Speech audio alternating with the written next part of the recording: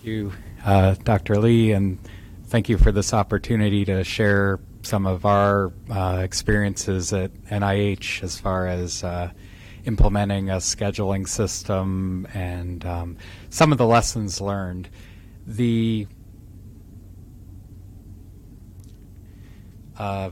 So I don't have any conflicts of interest in this to report, and NIH isn't endorsing or recommending any commercial products, processes, or services as part of this presentation. I wanted to cover our current state, some of the challenges and strategies that we used in implementing scheduling, what worked well, some of the outcomes and recommendations, given that some of the VA's workflows and challenges are unique, but there might be some overlap with some of what we experienced. So to start with, our team and the organization had a vision for having benefits from real-time access to appointment information for the clinical staff and for patients. We built some places in our system, a tab that's patient-centric for their appointments and itinerary, more provider-centric view of a clinic schedule, which can have multiple providers or multiple rooms or different resources, and then a view within the patient portal that can show that patient their scheduled appointments along with any prep instructions, location, provider, and protocol. So some of the distinguishing factors with NIH scheduling, the clinical center has a role between the patient and the scheduling in most cases. So there's different research teams that are caring for the patients, and they're the ones who are scheduling the appointments and working with the patients and working with the schedulers. There's always a protocol that's assigned. There's over 1,500 active protocols across 17 institutes that see patients in the clinical center. There's no billing in the clinical center of patient insurance. We aren't encounter-based. Our outpatient appointments or our outpatient visits can be weeks or months or years long, and they're one row. And so a lot of what we do in terms of capturing the encounters are at the appointment level.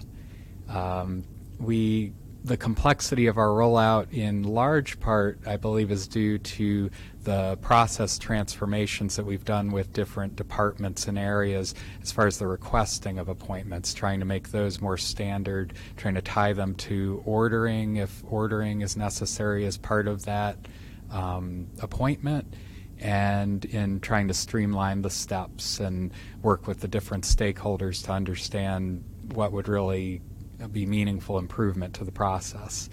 A lot of our areas, it's sort of like retrofitting a design within an established community. A lot of areas have their own ways of scheduling and have different other mechanisms either on paper or in Outlook or in another system where they're capturing appointments.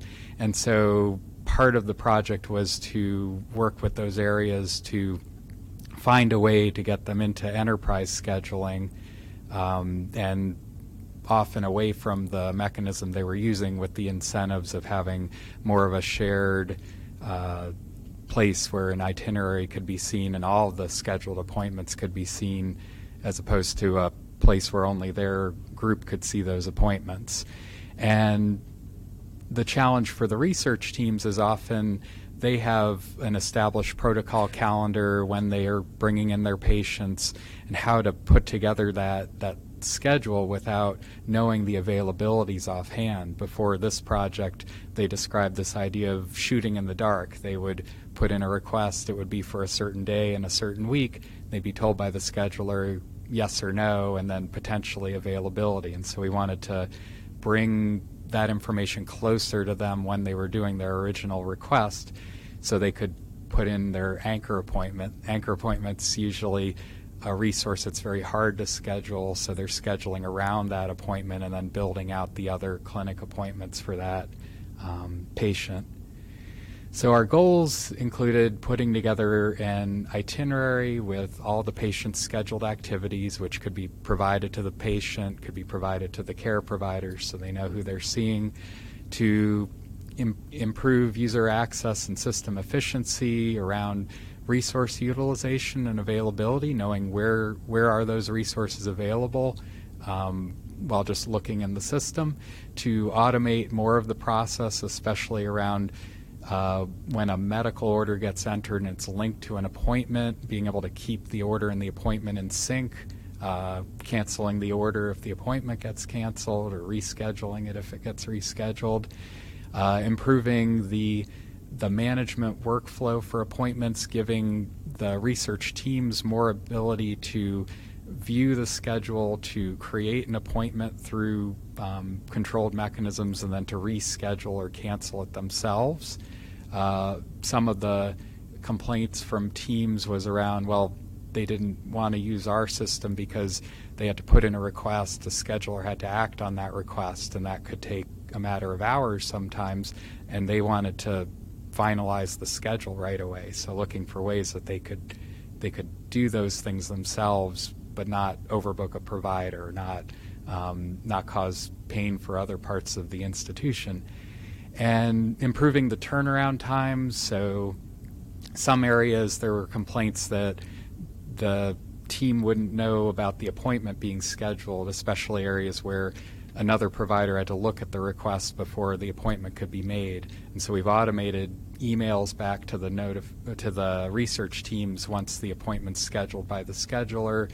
We've worked with some areas to try to improve turnaround times, looking at some of the bottlenecks within their workflows as far as getting the information to be able to finalize an appointment.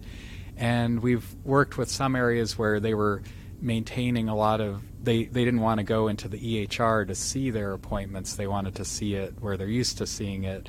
And so building things like an Outlook push that keeps the appointments that they have in the EHR in sync with what's on their Outlook, so they can view it all there, including the provider's meetings and other items that aren't patient scheduled, all with preserving the protection of PII so that we're not disclosing anything or putting that patient at risk.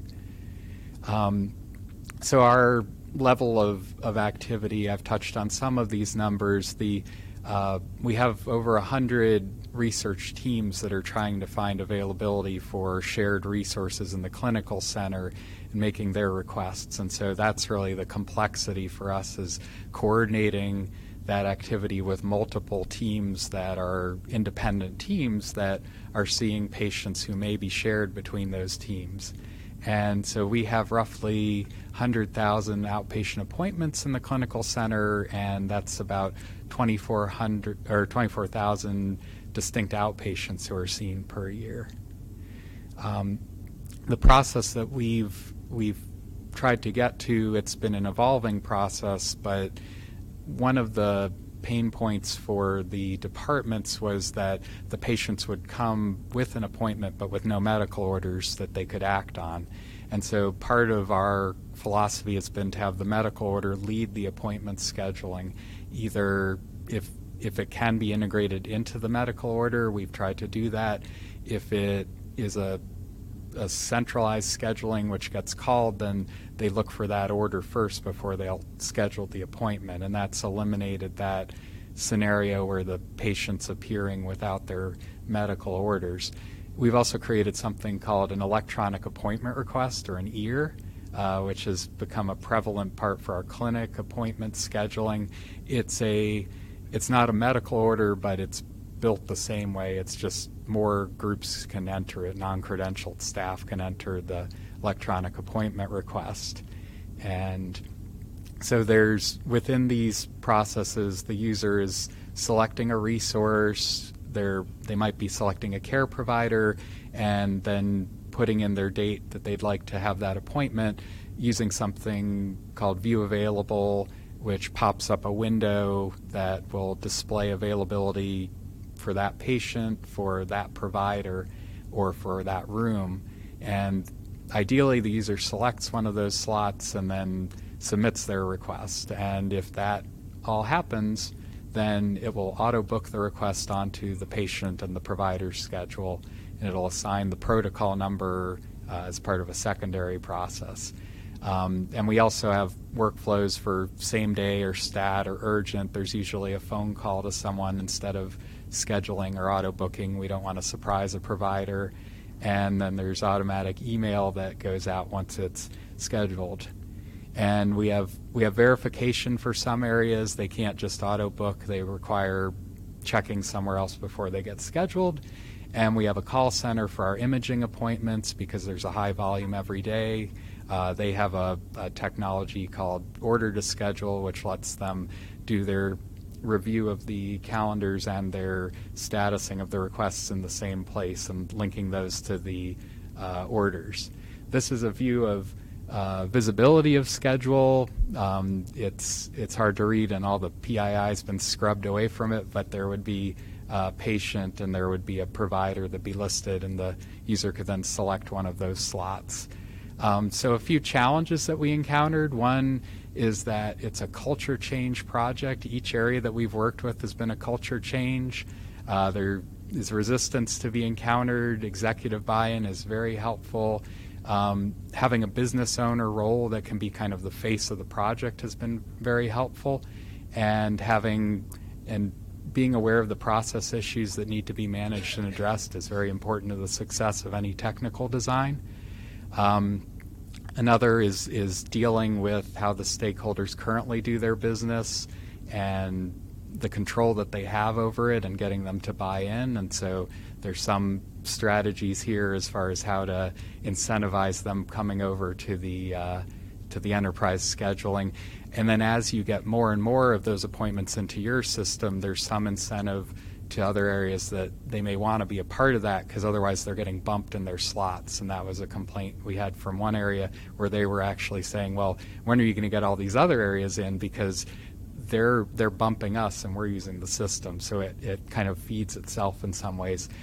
We learned later in the process that having an advisory group that helps prioritize the requests is very helpful, because otherwise the team is fielding a lot of both new requests and also enhancements to the existing, and that can take up substantial time. And so managing all that and giving transparency about when people can expect things is important.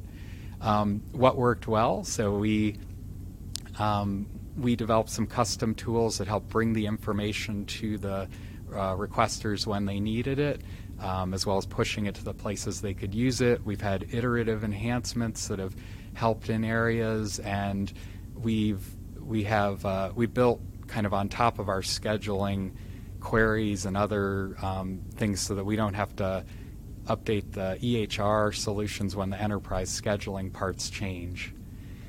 Some of our outcomes, we have more consistency about requesting appointments. We have more groups that are using enterprise scheduling.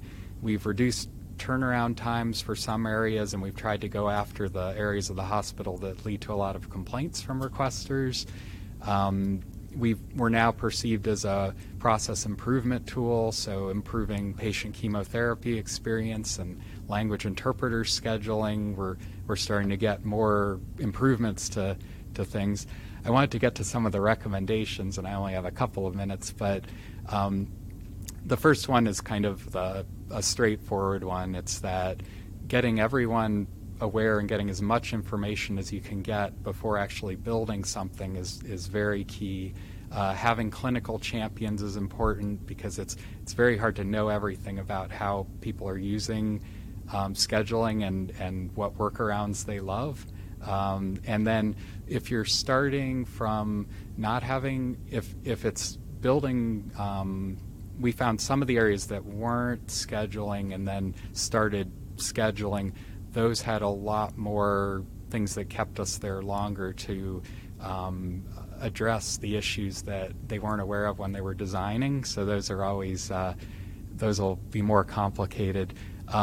Dream standard and dream big. So as you build, you'll have to maintain, and so finding that balance is important. Think creatively and think outside the box for non-electronic, and partnering and building those customizations into your application is important. Doing a lot of regression testing and performance testing especially we found was important, and thinking about communication and rollout. And that's it.